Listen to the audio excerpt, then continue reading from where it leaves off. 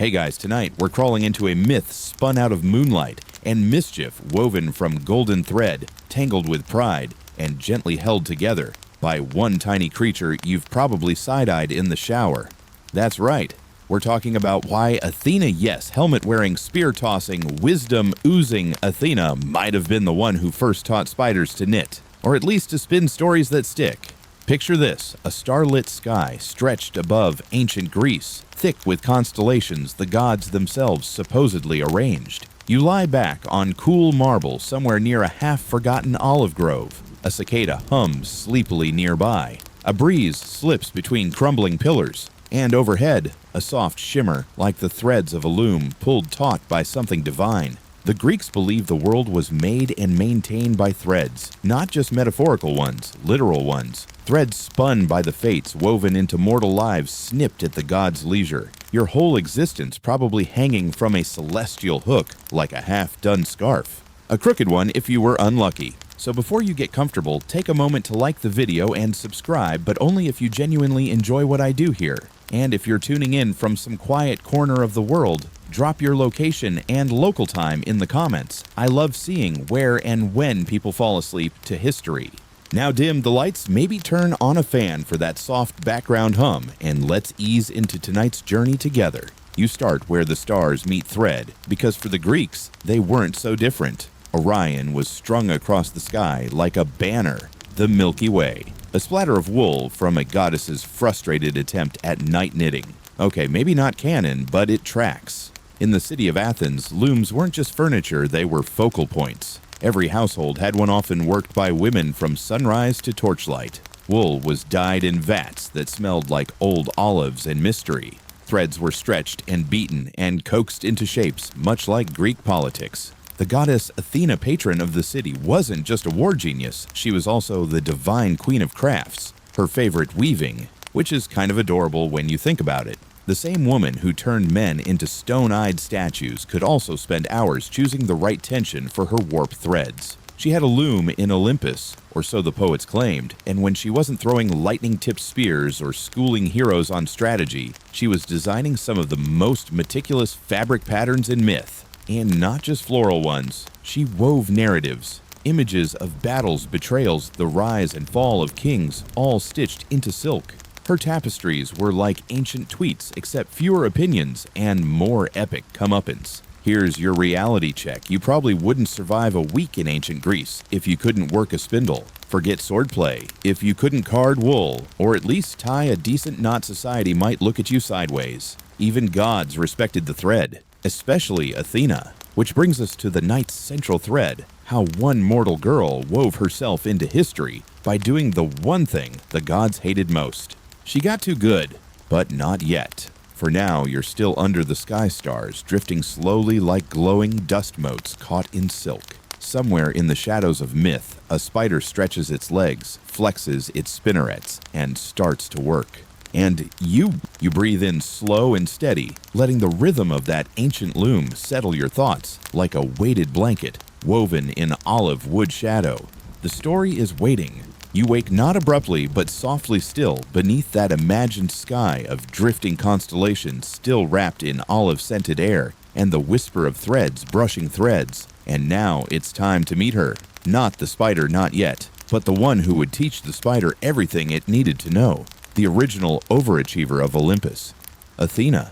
You stretch your legs as if standing before her, though she probably correct your posture. Athena isn't just any goddess. She's the one who sprang fully grown from Zeus's forehead, wearing armor no less because apparently birth via skull splitting was more dignified than using a maternity ward. Don't worry, you're not expected to understand it. Historians still argue whether this metaphor was meant to reflect the birth of wisdom, the power of thought, or just peak dramatic flair. Athena carried many titles. Goddess of war, yes, but not the messy blood-spattered chaos that Ares championed. Athena preferred strategy discipline, the cleverness of siegecraft. Think chess, not bar fight. But beyond the battlefield, she had a quieter, craftier side, patron of artisans, inventors, and yes, weavers. She was the sort who would critique your battle plans and your embroidery possibly in the same breath. Now, imagine her in Olympus, peering over a loom the size of a chariot, not just spinning threads, but directing them, guiding each line into a greater pattern, much like she did with the fates of mortals. She was the kind of goddess who believed that beauty must have precision, that form followed function, and that even your hemlines better be straight if you wanted divine approval. To her, weaving wasn't decorative, it was declarative. Across the Aegean, people wove stories into their cloth, a victory stitched into the hem of a tunic, a harvest sung into the threads of a ceremonial robe, and women who were expected to stay behind the loom learned how to speak without ever raising their voices. Their work was a whisper against the walls, a kind of fabric-based diplomacy. Athena admired that. She encouraged it, but she also expected reverence. Which brings us to the second thing you need to know about her. Athena was not great with criticism, or with competition, or frankly, with people who didn't know their place. If you gave her due credit, she was generous, kind even, but cross her, especially in her domain. Well, let's just say someone might get turned into something, possibly with more legs than you started with. You're not quite there yet, but the fabric of the story is tightening. Now let's pause to acknowledge the architecture of the myths themselves. The Greeks had a habit of explaining everything, natural disasters, animal behavior, social customs, through gods with mood swings. If a mortal dared to match a god, the result was rarely a polite handshake. Usually it ended in lightning lava or liminal metamorphosis. So when the myth whispers that Athena taught spiders to knit, it isn't just a bedtime anecdote. It's a fable about skill pride and the dangers of crafting too close to the sun. But before spiders come into play, someone else needs to arrive on the loom of history. She's not divine. She's not armored. She's just a girl with clever fingers, a sharper tongue, and a confidence level that would terrify a lesser deity. Her name, Arachne. And the thread just twitched.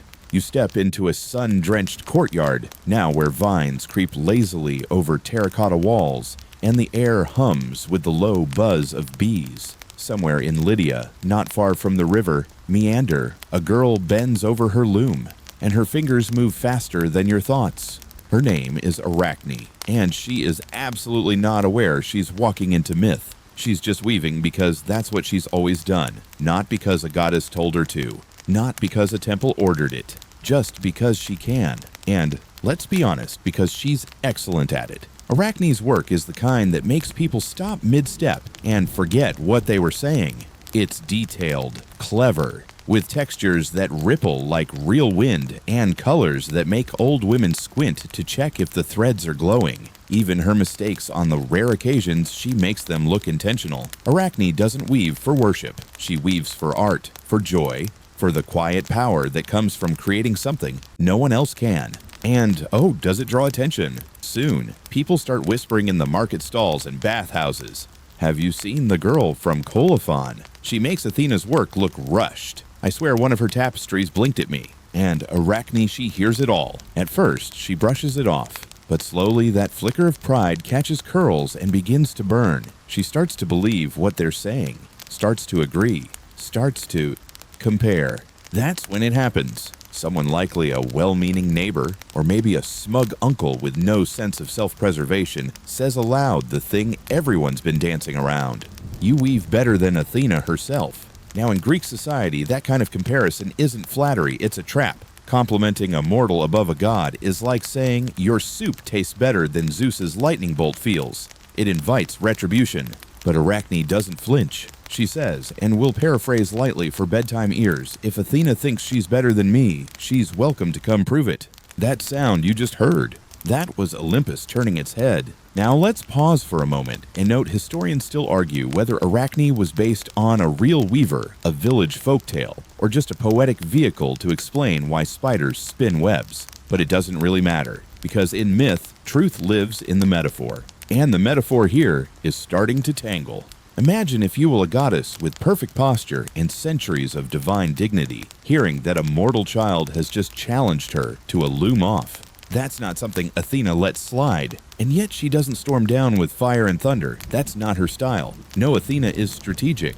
She disguises herself perhaps as an old woman, hunched and mild-eyed, and shuffles into Arachne's workshop, trailing the scent of olive bark and wet wool. She watches, she nods, she compliments the threads. And then, in the voice of someone who's seen too many challengers fall flat, she offers gentle advice. Child, she says, you might want to apologize. It's not wise to compare yourself to a goddess. But Arachne, she rolls her eyes, brushes a curl from her cheek, and replies, sweet as figs and twice as sticky. If the goddess is so great, let her come and show me. The loom creaks. The sun falters. You can almost feel the air shift as that old woman straightens up. Her spine unfurls like a drawn bow. Her eyes shine like polished bronze. And in a voice no longer softened by disguise, she says, she has. There's a long silence after that sentence. Not dramatic, not thunderous, just heavy, like a loom holding its breath. You don't see lightning or hear the clang of divine armor. Athena doesn't need theatrics. She is the moment. One heartbeat, she's an old woman with yarn on her sleeves, and the next, she's standing tall in full war regalia, her spear planted like a declaration, her eyes sharper than a spindle needle. The workshop seems to shrink under her gaze. Even the shadows retreat to the corners. Arachne blinks. Her mouth might open for half a syllable, but it's too late for excuses now. Athena doesn't shout. She doesn't need to. Her disappointment lands heavier than a thunderclap. And worse, she's intrigued. Intrigued enough not to destroy Arachne on the spot. Intrigued enough to play.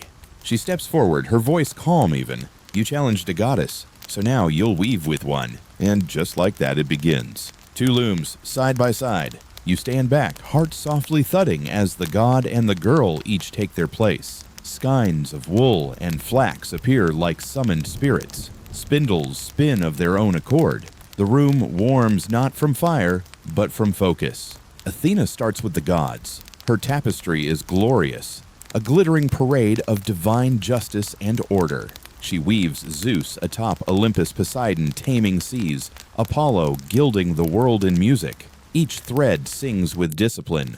Gold, bronze, storm gray, deep sea blue. No mistake, no hesitation. At the four corners, she stitches a warning mortals who defied gods and met sticky ends. There's Marsyas flayed for daring to rival Apollo. Niobe turned to stone for mocking Leto. Their forms shimmer in silk, their grief a lesson pressed between fibers. It's less art and more decree, a beautifully spun threat. Then there's Arachne. She doesn't look at Athena's work. She doesn't need to. She knows her own threads. She begins weaving scandal, not just rebellion, but bold, velvet-lined critique. On her tapestry, the gods stumble. She shows Zeus transformed into swans and bulls chasing mortal women across the fabric of the sky. She threads stories whispered in corners, divine foolishness, divine cruelty, embroidered in such exquisite detail that even the outrages look like masterpieces. The colors iridescent, trickster hues that shift with the light. Arachne's technique is beyond brilliant. It's blasphemous brilliance. And the people who watch, they stop breathing. Because while Athena's tapestry says, respect the gods, Arachne's whispers, do you see what they've done? This isn't just a contest, it's a confrontation. And both women know it. Let's step back and remember ancient myths often danced around this idea of divine hypocrisy. The gods were powerful, yes, but also deeply flawed. Arachne dares to call that out not with protest, but with precision. It's the most dangerous kind of rebellion, one wrapped in beauty. Historians still argue whether this myth reflects early feminist defiance, suppressed social critique, or just a very extra way to explain why spiders are so good at geometry. But one thing's certain, the audacity of Arachne's tapestry rattles Olympus. When she finishes, she steps back. There are no loose threads, no fraying edges, just silence. Even Athena, goddess of reason, of strategy, of I told you so, can't find fault in the craftsmanship. And that's the problem. Because it's too good, too true. Athena's nostrils flare. Arachne smiles just a little. The loom groans beneath divine fury. And the story snaps. The loom doesn't actually break, but in the hush that follows Arachne's final stitch, it feels like something deeper has splintered something sacred, or at least something tightly wound. Athena stands stiffly still as a marble statue, and for a heartbeat, you wonder if she might just walk away. Nod maybe. Acknowledge the skill, accept the sting, and leave with dignity. But gods don't take insults lightly, especially not gods with helmets polished enough to reflect every insult back twice as sharp. Athena steps forward. Her voice is quiet but sharp enough to cut through wool. Your skill is unmatched. Arachne's smile is small, almost shy, but Athena adds your judgment is not. The air thickens. The olive wood shutters creak. You feel it before you see it, the transformation. Athena lifts her hand not with the grandeur of a wrathful smite, but with the exhausted elegance of a goddess pushed too far. She touches Arachne's forehead with one long finger, and suddenly the world unravels. Arachne gasps, stumbles. Her hands shrink first, no longer able to grasp the spindle, only the thinnest thread. Her back curves. Her skin tightens. Her eyes multiply. Legs emerge where legs shouldn't. It's not violent, it's strange, deliberate, intimate, and when it's done, there's no girl left, only a small, quivering spider suspended on a trembling thread, halfway between defiance and despair. Athena watches her spin out of instinct, maybe, or memory. Let her weave, she says, turning away. Forever. Now here's where interpretations start to crawl in from every corner of classical commentary. Was it mercy? Was it punishment? Or was it something else? Some versions of the myth suggest Athena softened at the last moment, that she recognized true talent even if it was misused, that she couldn't bear to destroy what was by all accounts divine-level weaving, so she didn't erase it. She rewrote it into something smaller, stranger, but still spinning. Others say this was vengeance, that turning a proud girl into an eight-legged creature doomed to work in silence was the goddess's final victory. Historians still argue whether Arachne's fate was tragedy transcendence or trickster origin story, but spiders they remember. In temples and taverns, women left offerings to Athena and flicked spiders off their looms with a whispered apology. Some whispered thanks. Some swore the best webs appeared overnight after hard days of weaving, as though Arachne still visited, still taught, still defied. And so, the phrase endured to weave like a goddess or risk becoming one. You glance upward now, and in the corner of your imagined ceiling, you see it, a perfect spiral of silk catching the light like moonlit thread. A tiny creature rests in its center, unmoving, watchful, patient, still weaving. The thread doesn't stop. Even as the loom is packed away, even as Arachne hangs suspended between punishment and purpose, the thread keeps winding through generations, through cultures, through the quiet corners where weaving became more than craft. It became communication, a language without vowels but full of secrets. Tonight you follow that thread into the heart of Greek domestic life, where weaving wasn't just a chore, it was a way of surviving in a world run by men and managed by gods. Picture a modest courtyard. A woman sits in the shade, one hand twisting flax, the other stretching wool. Her daughter sits beside her, learning how to guide the shuttle. They don't speak much. They don't need to. The rhythm says everything. Up across beat, up across beat. The loom becomes a heartbeat of the home. And in this culture, one where women were rarely invited into politics temples, or even some dinner conversations, the loom was both cage and canvas. Most women didn't dare say what Arachne said aloud, but many wove their own frustrations, their own stories into the hems of cloaks or the backs of rugs, tiny coded rebellions and thread crooked lines that mirrored a cruel husband's temper, or a pattern stitched backward as a private joke. Historians still debate whether these gestures were intentional or if we're simply romanticizing every ancient potholder, but the evidence stacks up. One fringe tidbit: archaeologists uncovered a Greek textile fragment from the 5th century BCE. With an odd asymmetry, one pattern of meanders suddenly shifted direction for no clear aesthetic reason. Some speculate it was a loom error. Others suspect a message: I know you're watching. Athena, for all her wisdom, likely understood. She'd seen enough tapestries to spot secrets in satin. Perhaps that's why she guarded the loom so fiercely, not just because it was hers, but because it was power disguised as domesticity. And that brings us to an odd truth in the ancient Greek imagination: weaving and fate were practically synonyms. The Fates, those shadowy thread-snipping sisters, were the original spinners. Clothos spun the thread of life. Lachesis measured it. Atropos, she cut it. Simple job descriptions, terrible retirement plans. You couldn't see them, but they were always there, their threads twisting through every story, every mistake, every moment of hubris, including Arachne's.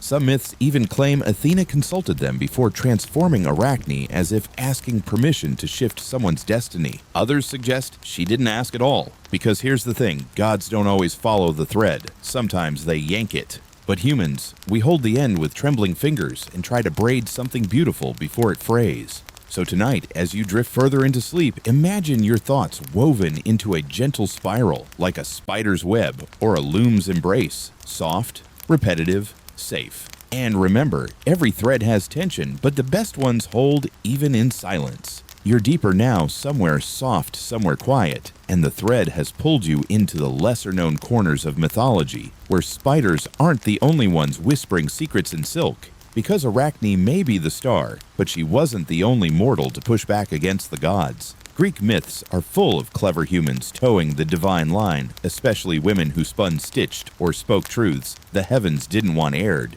Tonight you meet another.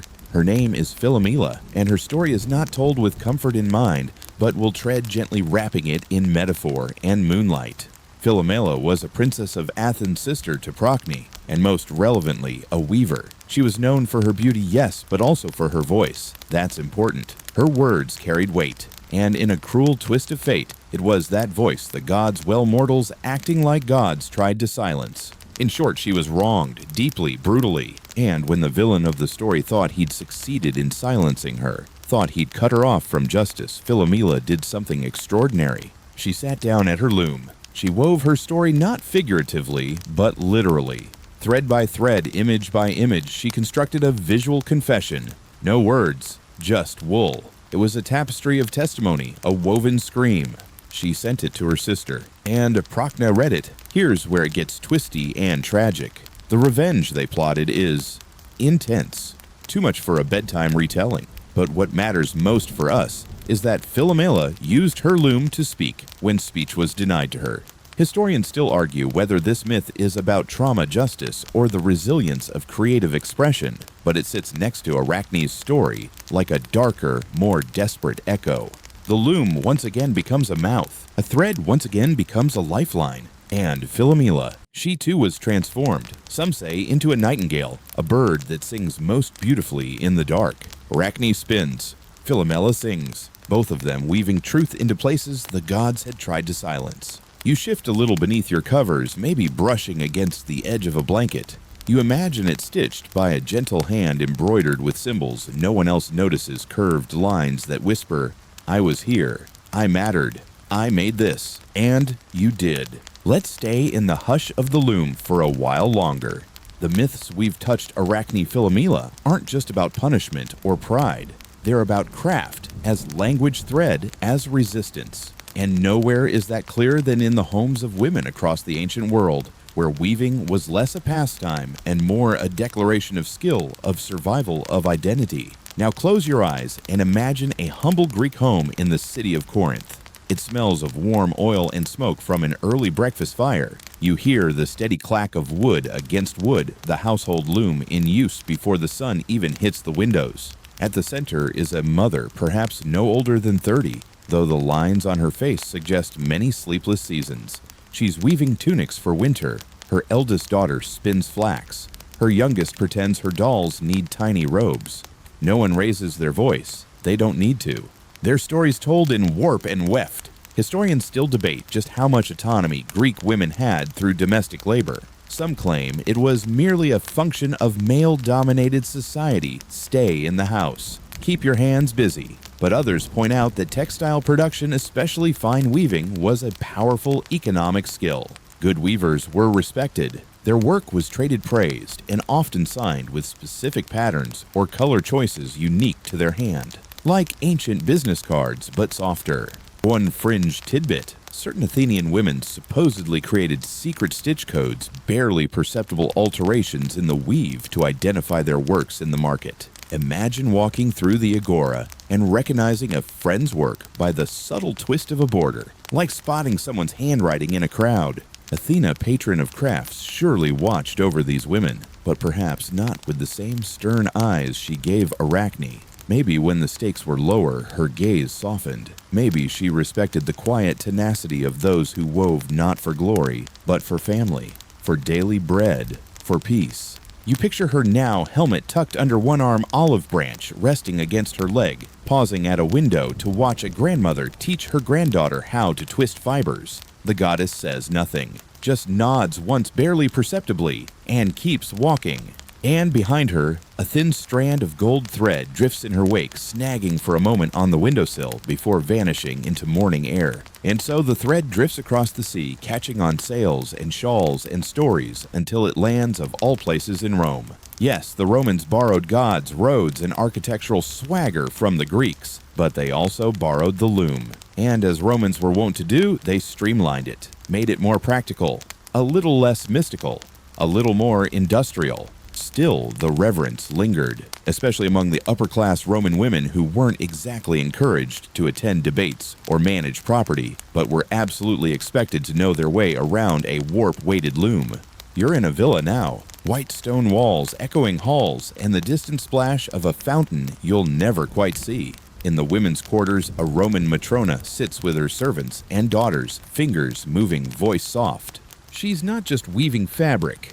She's weaving legacy. In elite Roman circles, a woman's virtue was measured by her wool.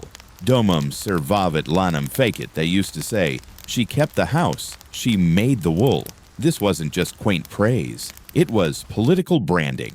Augustus himself had his wife Livia Drusilla publicly praised for spinning his tunics. And while we might picture her with delicate fingers and expensive combs, historians still argue whether she actually wove anything or if it was all part of a clever imperial PR campaign. Fringe tidbit: some believe her spinning was as orchestrated as her public appearances, perhaps more symbolic than practical. But hey, if your empire depends on your fashion sense, you better make sure the threads look authentic. Still, for many Roman women, weaving was deeply personal. They stitched charms into their children's clothing. They embroidered protective symbols into marriage veils. Every thread carried weight, both physical and emotional. And let's not forget Penelope. Yes, technically Greek, but Romans adored her, elevated her, made her the gold standard of patience. You remember the story Odysseus is off doing. Odyssey and things, war's gods, Cyclopes, and Penelope stays home surrounded by suitors. What does she do? She weaves. All day she weaves a burial shroud for her father-in-law, and every night she unravels it, quietly, deliberately, buying time with thread. That kind of narrative, women wielding power not through swordplay, but through clever domestic rebellion, resonated deeply. Still does. So tonight, as you rest your head and listen for the soft scratch of yarn on wood, think of Penelope's fingers pulling thread from thread in the dark. Not loud, not violent, but brilliant. The loom stretches on not just across time, but across continents, and tonight it carries you even further to the sweeping landscapes of West Africa, where threads told stories longer than scrolls, and colors spoke louder than swords. Here you stand before the glowing fabric of kente cloth, hand-woven by the Akan peoples of what is now Ghana, a rainbow of geometry worn like armor, passed down like inheritance. And just like Arachne's shimmering tapestries or Penelope's patient thread, this cloth wasn't just decoration, it was declaration. Each strip of kente tells a story, literally. Patterns have names, meanings, and moods. A golden square might represent royal power, a zigzag, the ups and downs of life. Some cloths commemorate victory, others honor sorrow. One weave is called eban, symbolizing the safety of home. Another, adwinasa, meaning all motifs are used up reserved for moments too grand for subtlety. Imagine wrapping yourself in that. Historians still argue whether kente began solely as court regalia or if its roots reach deeper into the rituals of ordinary folk. What's agreed is that it became a living text, a wearable archive of war wisdom, migration, and myth. One fringe tidbit. According to legend, two hunters in the 17th century observed a spider weaving its web and were so impressed by the symmetry and strength that they mimicked it using raffia to create the first kente-style pattern. So yes, Arachne's distant cousin may have made a cameo here too. You watch a weaver now seated at a narrow loom, feet tapping a soft rhythm, fingers flying. He hums, not a melody exactly, but something syncopated like heartbeat, like footpath drums. His hands do more than make fabric. They translate memory into motion. Unlike Greek and Roman traditions, where weaving was often gendered as feminine labor, in much of West African tradition, loom, weaving was, and often still is, a male-dominated craft passed from father to son. Women, meanwhile, ruled the spindle and the dye pots, no less vital, just woven into different threads of the process. And, oh, the colors. Dyes brewed from tree bark, soil, and sunlight. Deep indigo from fermented leaves. Sunflower yellow from dried roots. Earthy reds, luminous greens, and black that shines purple under firelight. Color here isn't just a matter of taste. It's a code. You step closer, not a stitch out of place. And once again, you see the divine in the details. Arachne's spirit not in punishment now, but in permanence. The idea that weaving is not only a way to pass time, but a way to hold it. The cloth folds like a page turning, and the thread now hums with the songs of the Andes, where altitude doesn't slow the weavers, it sharpens them. Here among stone terraces and clouds that brush your knees, the Quechua and Aymara people sit cross-legged in sunlight, their looms horizontal, their yarn dyed in shades that rival the sky. You see an old woman's fingers dart and dance over her backstrap loom. The entire contraption is tied to a post on one end and her waist on the other. Her spine becomes the tension. Her body literally holds the pattern together. And what she weaves is not a blanket, it's not a scarf. It's a cosmology.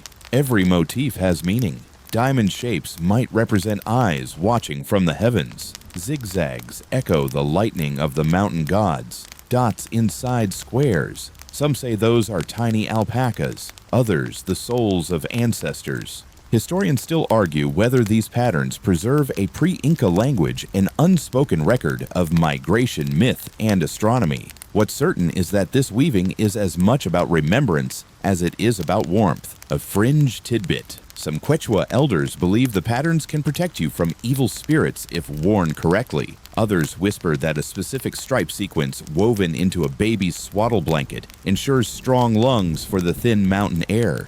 You notice something else here too. Unlike in Greece or Rome, where thread often marked a kind of limitation, a symbol of staying home in Andean culture, weaving was freedom. The skill traveled. It moved with herders, traders, and storytellers. A mobile history soft enough to roll up and carry, but sharp enough to last generations. The dyes, too, are steeped in lore. Cochineal beetles crushed into scarlet, clay turned to orange, moss soaked for green, and everything washed in glacial water so pure it looks like melted sky. The women, and yes, here, it's the women pass on their skills not through instruction, but through osmosis. Young girls absorb patterns like lullabies, learning not just how to weave, but when to change colors, when to pause, when to hide a blessing in the thread. You watch her finish a row. She doesn't smile. She doesn't need to. The cloth already sings. And somewhere in that rhythm, you catch Arachne's thread again, thin as a whisper twisting through this tapestry, not as punishment, but as possibility. The thread floats further, now gliding westward over oceans and centuries, until it settles somewhere you might not expect, a medieval Japanese village nestled between bamboo groves and rice paddies glazed in morning mist.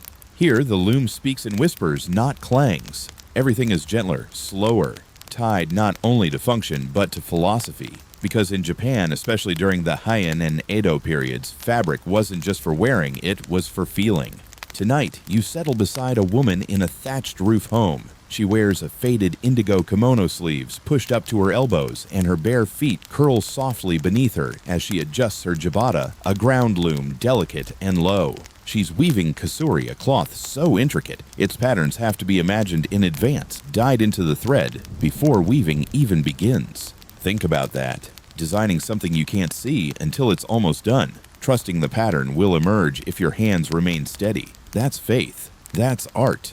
That's a whole philosophy wrapped in thread. Historians still argue whether kasuri developed first in Okinawa or if it was brought by traders from Southeast Asia. Either way, the technique became so beloved in Edo, Japan that entire villages specialized in nothing else. And yes, here too, the loom held symbolic power. In Buddhist thought, weaving became a metaphor for the illusion of permanence. Threads pulled taut only to unravel again.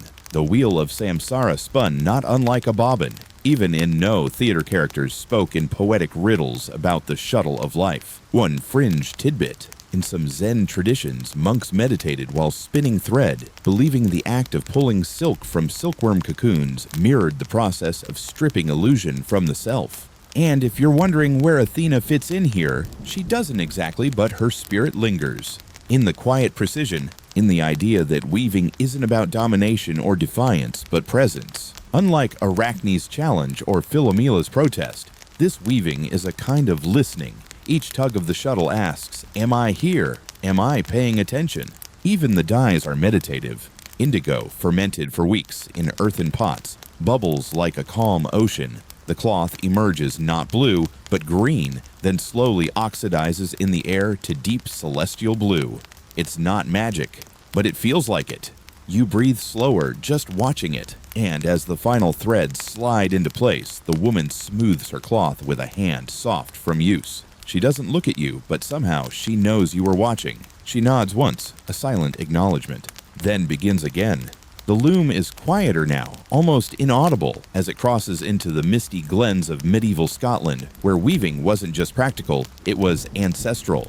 Here, on a hillside dotted with sheep and worn stones, you spot a low cottage with smoke curling from the chimney. Step inside, and the scent of lanolin and peat moss wraps around you like a woolen hug.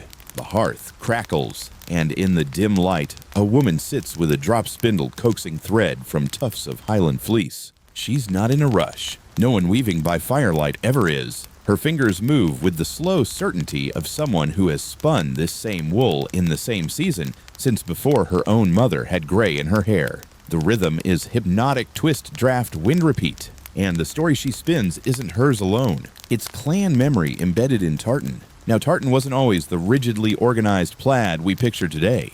In early medieval times, it was looser, more improvisational stripes and colors arranged by available dyes and generational habit. One family might favor green and ochre, another deep red and stormy blue. Historians still argue whether specific clan tartans existed in these early periods, or if they were a later invention perhaps codified in the 18th century for British military regiments. But weavers of the time, they weren't trying to make history. They were trying to stay warm and still look decent doing it. Fringe tidbit. Some Scottish communities believed that weaving during certain moon phases would strengthen the cloth. Others forbade spinning on Sundays, not because it was unholy, but because they said the wool would turn moody. And then, of course, came the walking songs. You hear them now, soft call and response melodies sung by women as they worked damp cloth over a table, pounding it into strength. These songs weren't just rhythmic tools. They were emotional lifelines. Gossip, lament, flirtation, all sung into the fabric. And who's watching from the shadows beneath a thatched eave? Arachne, perhaps. Not in anger this time, but in awe. She sees no competition here, no rivalries or gods with grudges. Just women and wool working side by side, binding their lives into cloth. You settle in beside them. The cloth is scratchy, but it smells like home. The fire's glow from Scotland still lingers in your memory. But now the thread leads you east again, this time to the Ottoman Empire, where silk glimmers like a secret and looms groan under the weight of ambition. You're in Bursa, maybe around the 15th century, a city humming with the soft thunder of weaving workshops. Here the air is thick with the scent of dye vats, mulberry trees, and ambition, because silk in the Ottoman world isn't just fashion, it's diplomacy. The master weaver before you dips his hands into a basin of indigo. He doesn't flinch at the cold. He's been up since before the call to prayer, threading looms taller than a man preparing bolts of brocade for the Sultan's court. These silks aren't just beautiful, they're coded. Motifs mean something. A tulip isn't just a flower, it's a sign of divine beauty. A cypress tree, longevity. A double-headed eagle power that sees in every direction. Historians still argue whether the most elaborate designs were truly woven by hand or partly aided by early mechanical devices. But either way, these textiles took months, sometimes years. And they weren't just for locals. Silks from Bursa made their way into Venetian merchant trunks, Byzantine dowries, even the sleeves of French aristocrats who wouldn't know a shuttle from a spear. A single embroidered panel could buy a horse. A roomful might win an alliance. Fringe tidbit: Ottoman silk guilds sometimes included secret apprenticeships, a system where a boy's father would pay for his son to live in a master's house for years, never allowed to see the full pattern until he earned the trust to weave it unsupervised. The secrecy wasn't paranoia, it was preservation. These patterns weren't trends, they were inheritance, passed like names, guarded like borders. And once again, in your peripheral vision, there she is, Arachne, not challenging, just watching, admiring perhaps the fine balance between precision and mystery, between creativity and control.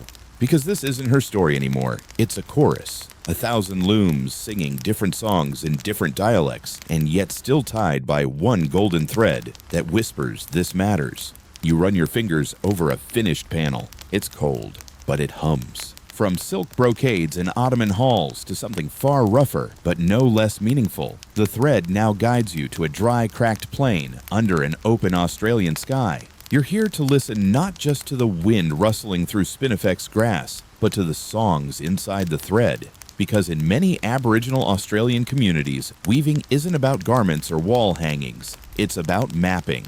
You kneel beside an elder woman seated on red earth strips of pandanus leaves coiled in her lap. Her hands are steady, sun-marked, practiced. She doesn't speak to you. Not yet. She's busy teaching her granddaughter how to wrap each coil just so fingers and fibers moving in rhythm with ancestral memory.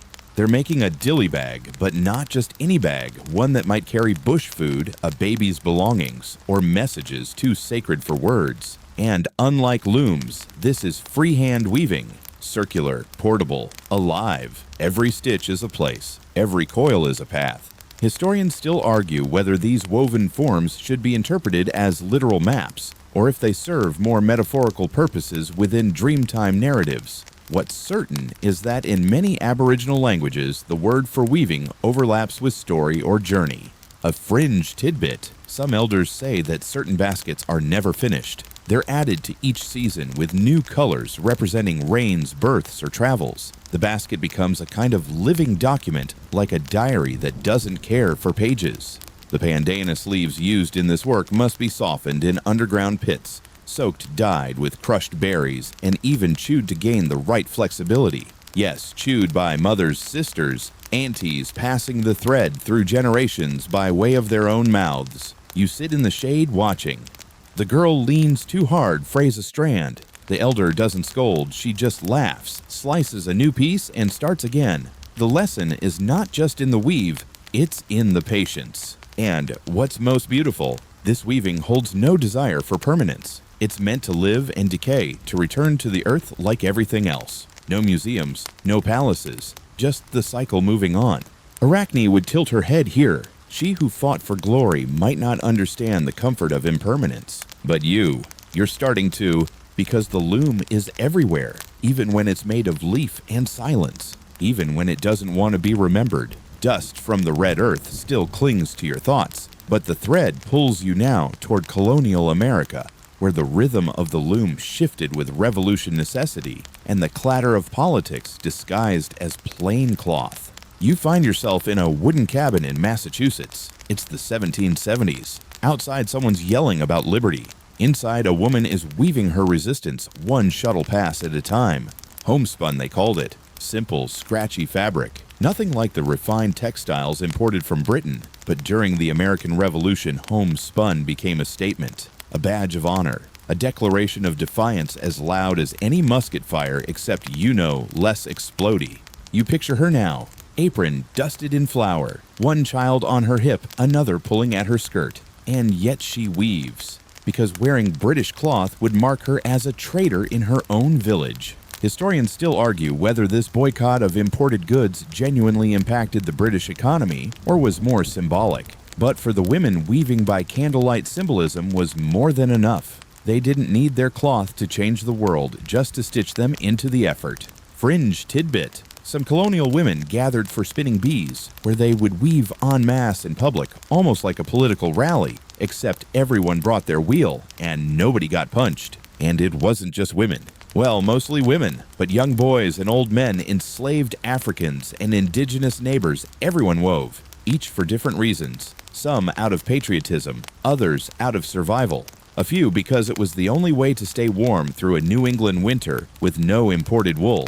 You run your hand across a freshly woven swatch. It's uneven, it scratches your palm, but it holds. And that's the point. Even here, across oceans and ideologies, you feel that same thread, Arachne spun. Not golden, not glowing, but real, earth-toned, and stubborn.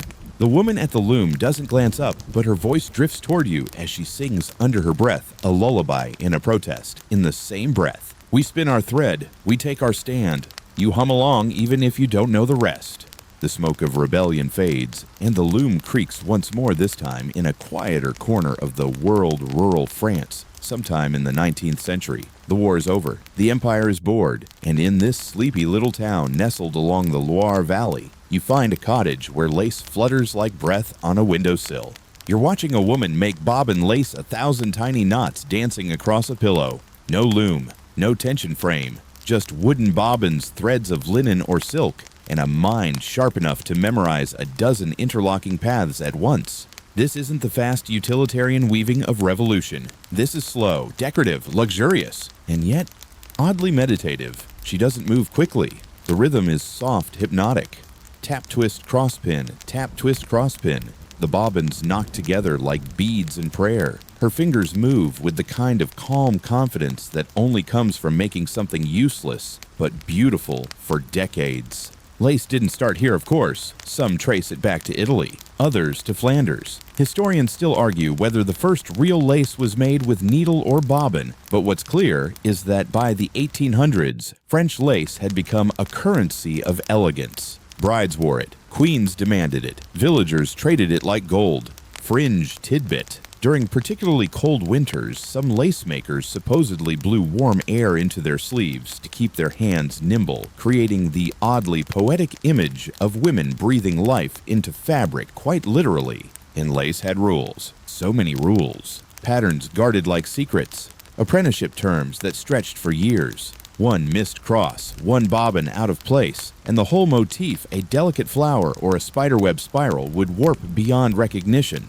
Sound familiar? Yes, Arachne would have fit right in here, though whether she'd have the patience for such fine work is another matter. Her bold strokes and battle-ready artistry might have felt too wild for this slow, steady world of symmetry and charm. Still, you can't help but think she'd smile just a little at the idea of thread turned into air. Because that's what lace is really. Thread pretending to be nothing. A net to catch light. A suggestion, a whisper. And as the woman folds her finished work into a cedar-lined drawer, you catch a whiff of lavender and mothballs. She's not trying to be remembered. She's just trying to keep beauty from disappearing. You blink and lace becomes steam-warm, mineral-laced air wafting from an open window. As your next stop unspools before you industrial Manchester mid-19th century, where the loom no longer sings its screams. The air is thick, not just with fog, but with cotton dust grease and ambition. You walk through rows of brick buildings that seem to hum with tension. Inside, rows and rows of spinning machines, the proud children of the Industrial Revolution. This isn't the intimate weaving of hands and hearth. This is mass production. Power looms click like angry typewriters. The factory floor trembles.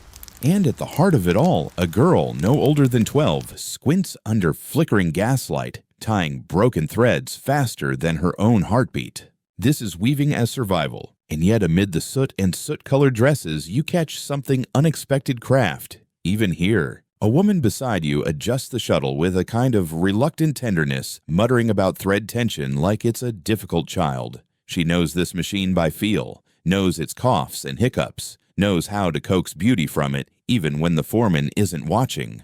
Historians still argue whether the Industrial Revolution freed or crushed textile workers. Some celebrate how fabric became affordable and accessible. Others mourn the loss of autonomy, the end of cottage industry, the clatter that replaced conversation. Fringe tidbit. Some weavers carried lucky charms, buttons, coins, or dried herbs tucked into their apron hems, believing the right talisman could keep a machine from snagging or their fingers from slipping. Because here, mistakes draw blood, and yet you feel Arachne again. Not hovering, trapped, caught in a web of gears and wages, her creativity yoked to quotas, her fingers dulled by repetition, But even now, there's defiance. In the extra flourish, a girl adds to a scrap of smuggled thread. In the hidden initials stitched into a petticoat no one will ever see. This isn't divine punishment. It's human persistence. You step outside, the fog has teeth, and the chimneys never stop smoking. But tucked in the pocket of your coat is a small square of patterned muslin, soft, imperfect, and real. Someone made that.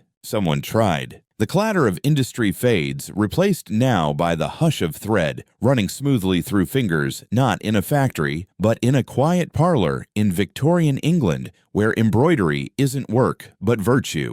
You're in a room bathed in soft lamplight, where women sit upright in wooden chairs, too elegant to slouch in. Their gowns rustle with starch and ambition, and in their laps, hoops of linen needles poised like quills. This is embroidery not for survival, not even for fashion, but for moral development. Because in this era accomplished, women were expected to stitch their way to grace. You watch one woman maybe named Eleanor because she seems like an Eleanor begin work on a sampler. Carefully, she pulls pink thread through ivory cloth to spell out a verse about patience, or God, or maybe turnips. It's hard to tell. Her script is immaculate, but the sentiment is vague. Historians still argue whether these embroidery samplers were empowering acts of personal expression or instruments of social control. Either way, they were everywhere, from drawing rooms to schoolhouses, and some were so elaborately stitched that they bordered on full-blown textile essays. Fringe tidbit. Some young women hid tiny initials or coded symbols in their work, especially if they disliked the pious sayings they were forced to sew. A daisy with 5 petals instead of 6, a quiet act of rebellion. A stitched sheep that looks suspiciously like a cat, resistance with fluff. Eleanor doesn't strike you as rebellious, but she is precise, and in her precision, you sense something deeper, a longing maybe, to be seen, to matter, to pour hours into something and have the result be noticed. And yet the irony is most of these samplers ended up rolled into drawers, preserved yes, but rarely praised. They were seen as exercises, not masterpieces. Still, Arachne would get it, because this kind of thread work, controlled, graceful, unseen, is her afterlife. She doesn't rage here. She simply watches the needle rise and fall like a heartbeat stitched in floss. You lean in closer and notice Eleanor's sampler has a single crooked letter. A mistake maybe, or maybe a secret. Either way, she ties off the thread, folds the cloth, and presses it smooth like something finished, but not forgotten. The embroidered linen slips gently from Eleanor's lap, and the thread tugs you toward warmer winds and brighter color into a sun-drenched courtyard in Moorish Spain, where fabric becomes geometry and patterns whisper the divine. Welcome to Al-Andalus sometime around the 10th century. The fountains burble softly in the background. Orange trees bloom overhead. And beneath the arched shadows of horseshoe windows, a weaver traces her design with a fingertip before committing a single thread to warp. This is not improvisation. This is precision, a meditation on symmetry, on balance, on the infinite contained within a repeating motif. Because in Islamic art, especially under the Umayyad and later the Nasrid dynasties, figurative imagery was often discouraged. So textile artists turned to mathematics, weaving mosaics of thread as intricate as tile. The Therese textile bands embroidered with Quranic verses or Califal blessings weren't just decorative. They were worn like badges stitched into tunics and robes, signaling loyalty, literacy, or proximity to power. Historians still argue whether the weavers themselves, often women or enslaved artisans, understood the political weight of what they made, or if they were simply following orders. But here, as you watch one woman thread gold into a dark plum silk, you sense she knows exactly what she's doing. Fringe tidbit. In some courts, only the ruler's name could be woven in certain colors. Imagine working with sapphire-dyed thread that only touched one person's name, like a sacred ink, except you wore it. And there's something else here beneath the geometry, beneath the faith, beneath the silence of a room full of counting and threading. There's beauty, not ostentatious, not flashy, but controlled, cosmic, a kind of soft-spoken grandeur that Arachne herself might have knelt before. No spiders here, just stars made of silk, palindromic lattices, endless repetition meant to echo the eternal. You feel yourself getting sleepy just tracing the lines.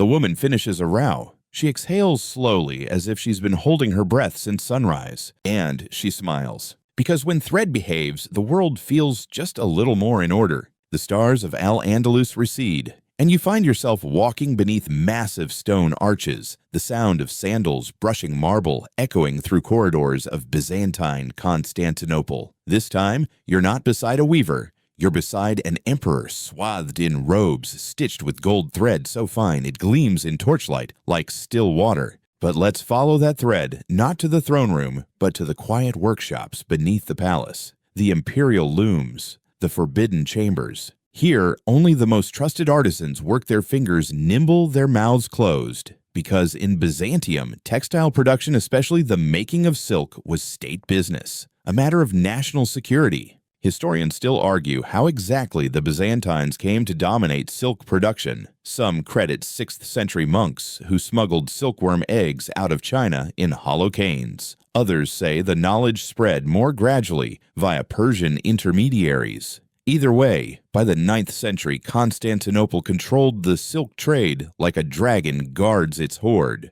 You peer over the shoulder of one such artisan now. He's working on a robe intended for a bishop or perhaps an empress. The pattern is almost microscopic, double-headed eagles, crosses inside laurel wreaths, delicate bands of Greek script too small to read without leaning in dangerously close. Fringe tidbit. Imperial Byzantine garments sometimes included gold threads made by hammering actual gold into foil, slicing it into fine strands, and wrapping it around silk filaments. A single tunic might have enough gold to buy a small vineyard. And still, it weighed less than a loaf of bread. The man beside you doesn't speak, but when he shifts, you glimpse something odd, a tiny image stitched at the hem. Not a cross, not an eagle, but a spider. Did he put that there on purpose? Rachni smiles. She knows something the emperor doesn't. That even the most controlled systems of power, states' churches' guilds, can't stop one weaver from telling a different story in the margins. And this, too, is part of the thread. The part you're not supposed to see. The part that whispers even under silk and gold, someone was here. The golden thread of Byzantium glints once more, then fades as you descend quietly now into the stone-cool hush of a Japanese kura storehouse somewhere in Edo period Kyoto. Outside, cherry blossoms fall like slow confetti. Inside, silence. But not the empty kind. The loom in this place doesn't shout or clack. It hums. This is where a kimono is born, not just a garment, but a canvas, a ceremony, a universe folded 12 times over. You crouch beside a master weaver as she smooths out a bolt of silk no wider than her forearm, but long enough to wrap a mountain. She's making nishijin ori, a textile so intricate, so precise, it can only be woven a few centimeters a day. Patterns are pre-planned, sure, but only in theory. Her hands still have to make it real. She dips a brush into powdered gold dusts, the thread, and begins. Historians still argue whether the kimono was always this symbolic, or whether its spiritual importance grew over centuries of layering meanings, color patterns, season, marital status, even political allegiance. But what's clear is that by the Edo period, to wear certain silks was to speak in thread. Fringe tidbit. Some obi, the wide sash wrapped around the kimono, were made so stiff with gold brocade that they couldn't be tied without help. That's why professional kimono dressers existed. Imagine needing a specialist just to get dressed, not out of vanity but reverence. Back in the kura, the woman sighs, not out of fatigue but focus. Every thread of her warp is mapped like stars. Every shuttle pass must honor the pattern. If she errs even once, the entire motif, a crane mid-flight or a river bending around a plum tree, can become unsalvageable. And there's Arachne again, but she's not intruding, she's learning. Because this is control without cruelty, art without agony, a web not of punishment but peace. You reach out and run your fingers across a completed panel. It feels like air, if air had memory. The weaver smiles at you, bows slightly, then turns back to her loom. There are still hundreds of threads to place before dusk, still stories to whisper with silence and silk. From the meticulous grace of Kyoto's looms, the thread guides you far across oceans to a breezy porch in early 20th century Ghana, where the sun warms woven cloth into living flame, and colors don't just speak, they sing.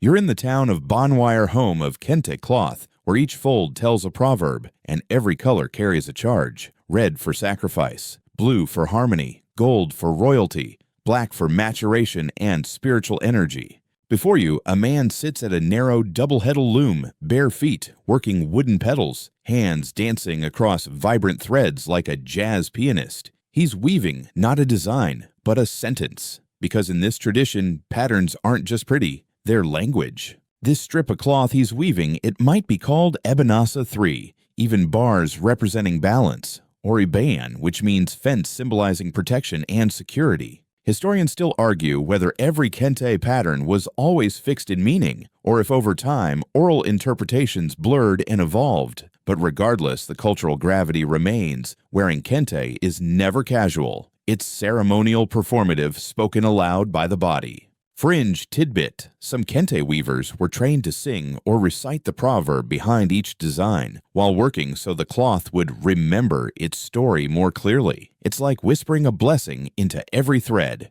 The weaver pauses and glances your way. His fingers brush a knot and retie it, murmuring something under his breath, a word you don't catch, but the feeling lingers. Warmth, dignity, pride. And what would Arachne say here? Perhaps nothing. Perhaps she'd just watch eyes narrowing at how these colors blaze with unapologetic symbolism, how every inch asserts I am here, and I mean something. No hidden motifs here, no coy spiders tucked in hems, just truth in color. You step back as the weaver lifts the finished strip, bold, radiant, humming in the light. He hands it to a waiting child who wraps it carefully around his waist, his spine straightening like a flagpole. You don't need a translator. This cloth already told you everything.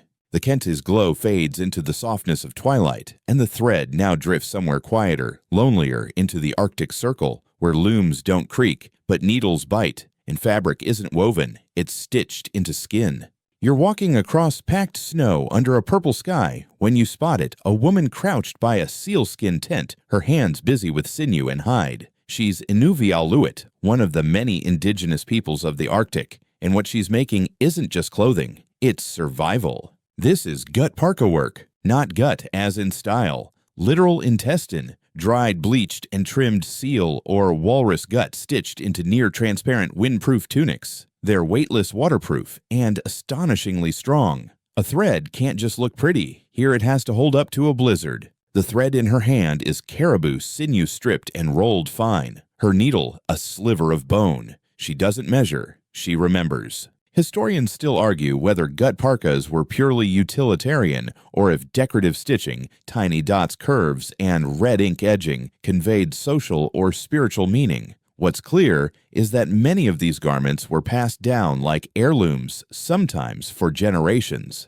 Fringe tidbit. When sewing with gut, some seamstresses would chew the material gently to soften it before working. Yes, another example of art that passes through the body. You can't get more intimate than that. You sit beside her. She doesn't flinch. She's focused on a tiny seam beneath the arm where the thread must bend like a whisper without snapping. Her parka, like all her work, must be breathable yet sealed, flexible yet protective. There's a metaphor hiding in that balance, but she doesn't speak it aloud. And what of Arachne? You'd think she wouldn't belong here, too fiery, too ornate. But maybe she'd admire the elegance of function, the way necessity shapes beauty, the way stitches here don't need gold, they need to save your life. As the woman finishes, she stands and lifts the parka to the light. It glows faintly ghost-like, stitched with the quiet assurance of someone who knows you don't survive by being seen. You survive by being ready. The wind howls across the tundra one last time before softening into music flutes and distant drums as you arrive in pre-Columbian Peru, high in the Andes, where thread is sacred and weaving is closer to prayer than craft. You're in a Chavin village, maybe 800 BCE. The air smells of maize and eucalyptus. A woman sits cross-legged on the ground before a backstrap, loom her waist, the anchor her breath, the rhythm. Above her, the mountains brood. But she doesn't look up. Her eyes are locked on the threads, stretched tight across her lap like constellations. This isn't just any weaving. This is symbolic mathematics. Chavin and later Inca weavers encoded meaning into colors, not positioning, and shapes. Some historians even argue that weaving came before writing in the Andes, an entire epistemology made of alpaca wool. Historians still debate whether Andean textiles should be read as texts in the literal sense, or whether they conveyed meaning through social performance, who wore them when and how. Either way, the importance is clear. Some textiles were buried with their owners, others offered to the gods, others burned in rituals of renewal. Fringe tidbit: the quipu, a knotted string system used by the Inca to track information, may have evolved from earlier woven systems. Some scholars think we've only deciphered the numeric layer, the rest still silent. The woman before you is weaving a tunic that seems plain at first, earth tones, geometric bands, but then you notice the subtle diagonals.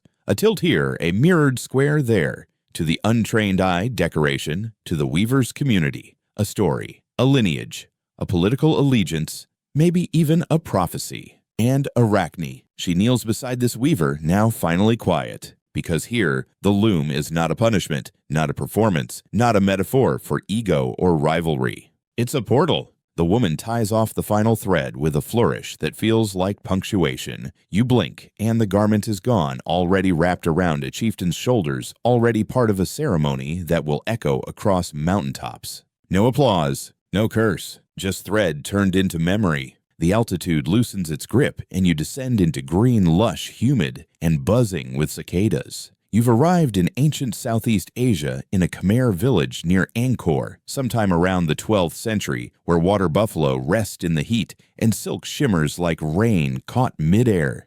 You find yourself standing under a bamboo awning. Inside, a girl, barely a teenager, feeds silk thread through her fingers, preparing to dye it. The cat technique she's using is famously difficult tie-dyeing the threads before weaving so that the finished pattern emerges only at the loom. It's like trying to solve a jigsaw puzzle blindfolded. She dips the thread into indigo, then turmeric, then a third bath made from crushed leaves. Her fingers are stained, her brow focused. Each tied bundle is a calculated guess, a trust in muscle memory passed down from her mother and her grandmother before that. Historians still argue whether these patterns had fixed meanings or if their beauty was meant to feel more intuitive, evoking nature deities or just dreams. But in royal households, the color and complexity of one's ikat robe could signal rank influence or the favor of the palace. Fringe tidbit: some Khmer weavers believed the dyes themselves held spiritual power and would only prepare them during specific moon phases, believing that light could alter not just hue, but luck. You watch as she begins to load the loom. It creaks softly. The pattern slowly appears, pale flowers over a deep blue delicate as fog. There's no sketch, no reference, just instinct and tradition wrapped in centuries of quiet repetition. And what of Arachne? She lingers in the corner, fingers twitching. You wonder if she'd be patient enough for this. The planning, the waiting, the surrender to process. But then again, perhaps Arachne wouldn't scoff. Because here, the weaver is the god. Not in rebellion, not in punishment, just in peace. The girl ties off the final thread. She exhales. Somewhere a bird calls. And for a moment, even time feels dyed soft and suspended like silk caught in morning mist. The silk mist of Angkor melts into something cooler, dustier, the color of parchment and soot. You've arrived in medieval Baghdad in a room stacked high with scroll silks and a scent of ink and cinnamon. This is the House of Wisdom, yes, but tucked in a quieter wing is a studio where fabric meets science. You're watching a polymath, perhaps a woman working under her brother's scholarly name, or a man with calloused hands and wild eyes experimenting with alchemical dyes, not just to make fabrics pretty, but to make them permanent, unfading, immortal. Here, thread isn't just a medium, it's data. He's working on a robe commissioned by a vizier, and the pattern, it isn't just floral. It's a coded reference to the movements of Venus rendered in abstract geometry. The dyes he's mixing lapis for blue cochineal, for red, and something secret for black, are applied with tools that look more like pens than brushes. Historians still argue whether this kind of hybrid craft belonged more to artisans or intellectuals. Some say the House of Wisdom separated lofty pursuits from manual ones. Others insist these workshops were full of people who blurred the line, scholar weavers, if you will. Fringe tidbit: one 10th century treatise describes a fabric that would change color in sunlight, possibly an early experiment in photoreactive minerals. Whether it worked or not, it shows how seriously these thinkers took fabric as innovation. You look again at the robe in progress. The golden thread that outlines each planet glints with a kind of arrogance. It's not just meant to be beautiful, it's meant to endure, like a poem that never fades, like a riddle waiting for the right mind to decode it. And Arachne, she's not impressed. She squints at the thread, muttering about overcomplication. Still, even she has to admit there's beauty in trying to make something last. The scholar finishes a stitch and smiles satisfied, not because the robe is done, but because it's correct. The math aligns. The pattern sings. The thread has become language again, this time dressed in equations and light. Outside, the call to prayer echoes through the city. Inside, the thread continues. From Baghdad's golden geometry, the thread turns frayed, earthy, and damp with river mist. You're in Iron Age Ireland, surrounded by mossy stones and peat bogs, where weaving is done beside a fire, and thread is spun as much from story as from wool. You duck into a small roundhouse. Smoke curls through a hole in the thatched roof. A woman sits spinning her spindle, whirring like a lazy bee. The wool is thick raw, still smelling faintly of sheep and rain. There's no dye here, no gold thread, just gray-brown and cream colors of stone bark and belly. But don't be fooled. This simplicity is sacred. She's spinning Brad a wool cloak meant not only to warm the body, but to mark identity. In early Irish law, what kind of cloak you wore could indicate status clan, even marital eligibility. Lose your cloak, you might as well walk around naked. Historians still argue whether early Irish textiles carried embedded symbols, woven chevrons, and borders thought to represent family lineages or spiritual protection. But evidence from bog-preserved garments shows incredible technical skill, even if the materials were humble. Fringe tidbit. Some brat cloaks were woven with tufts of contrasting fleece left loose and fluffy on the outside, both to repel rain and make the wearer look more imposing. Think of it as the Iron Age version of shoulder pads. The woman's hands move steadily. She's humming, not a song but a pattern, a rhythm, the tune that tells her when to twist, when to wrap, when to drop spindle, and start anew. And Arachne, she sits across the fire knees, drawn up watching intently. This isn't courtly, it isn't symbolic, it isn't a punishment or a performance. It's daily magic. A cloak that will carry a child, a shawl that will hold a grandmother's scent, a scrap that will one day be found in a bog millennia later, still telling you someone loved, someone worked, someone lived. The woman finishes spinning, winds the wool into a tight ball, and tosses it into a basket with the others. Outside, a raven caws once. Inside, the thread sleeps but never disappears. The peat-scented thread from Ireland coils and pulls you next into a world of heat and empire imperial China during the Tang dynasty, where color is law and fabric flows like water down palace stairs. You're standing in a silk workshop in Changjian, where the air smells faintly of steamed mulberry leaves and boiling dye pots. In the center, a woman in layered robes leans over a loom that stretches nearly the length of the room. She's part of the Imperial Textile Bureau, and every pass of her shuttle must meet an unspoken standard perfection or nothing. This isn't a cottage industry. This is bureaucracy turned beauty. The silk she's weaving is not just fabric, it's regulation. Under Tang's sumptuary laws, only certain colors, patterns, and even weave structures were permitted for specific ranks. A wrong thread in the wrong robe that could be a political offense. Historians still argue whether these rules were strictly enforced across the empire or functioned more as aspirational guidelines. But in the capital, the consequences were real enough that some weavers were said to memorize entire legal scrolls before touching certain dyes. Fringe tidbit twilight purple. One of the rarest Tang dyes was so chemically unstable that it often faded to brown within weeks, yet nobles still fought to wear it, valuing status over longevity. The weaver before you adds a shimmering dragon motif, visible only when the light hits just so. She pauses, squints, and then pulls the shuttle back half an inch. It must be aligned exactly with the emperor's seal woven into the border. Across the room, a junior assistant is carefully recording thread counts on a bamboo slip. Yes, thread counts. That detail mattered here. And Arachne. She watches from the rafters, now nodding with something like respect. For the first time, she sees a system where power, beauty, and punishment aren't just tangled, they're woven tight, indistinguishable. A world where thread isn't freedom or curse or art. It's order. As the weaver ties off her thread, a bell rings outside the hall. The day's silk is finished, but its life has just begun, soon to be worn, judged, revered, or perhaps destroyed. And yet the thread remembers. The order of the Tang court quiets, the bell fades, the thread makes one final leap into somewhere soft, flickering, and oddly familiar. You're sitting in a low-ceilinged room, filled with lamplight, and the gentle whir of a foot-treadle sewing machine. Mid-19th century London, or maybe New York, or perhaps Mumbai. It doesn't matter. What matters is the woman bent over fabric, her sleeves rolled up, her eyes rimmed with fatigue, and her back aching. This isn't high art or sacred ritual. This is industrial sewing, and it's about survival. She's stitching ready-made garments, shirts, corsets, uniforms, something mass-produced, but still held together by a single human thread, pulled over and over through cloth that will never know her name.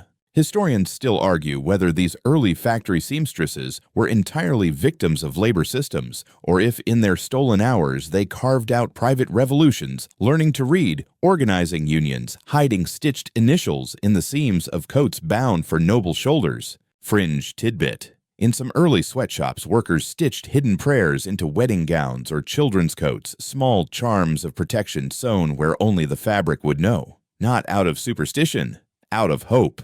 You watch her pause to flex her fingers, rub her wrists, then return to the hum of the machine. The fabric slides under her needle in endless procession. Her face is unreadable, but her hands are defiant in their repetition. And there's Arachne again, standing just behind her. Not mocking, not angry, just present. Because for all her rebellion, all her divine punishment, Arachne was always a worker, a weaver, a woman whose hands refused to stop moving. And now, standing behind this anonymous stitcher in a gaslit factory, she finally understands.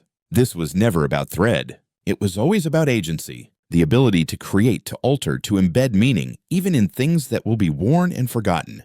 The sewing machine slows. The woman lifts her head. Outside, factory whistles sound like sirens. But inside, the last thread is tied. The spool rolls to a stop. And now, as the echoes of shuttles and scissors fade, your breath softens too. You've traveled far tonight, across empires and eras, over looms and dyes, beside queens and seamstresses, through fire-lit tents and marble palaces. You've followed threads through silence and splendor, through joy, grief, rebellion, and repetition. And still the thread holds. It winds gently now around your shoulders like a favorite shawl. The fibers aren't gold or silk or even wool, they're stories, woven with care, stitched with quiet, meant only for you.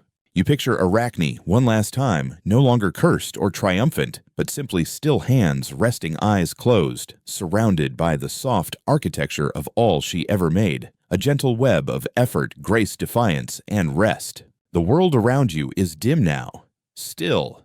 That old hum of weaving has become the rhythm of your breath. In, out, like a thread passed back and forth across the loom of sleep. There's no need to remember every detail. The color will stay. The texture will linger. The story will wait. So, let the thread go just for now. Let it fall quiet. You've earned your rest. Good night.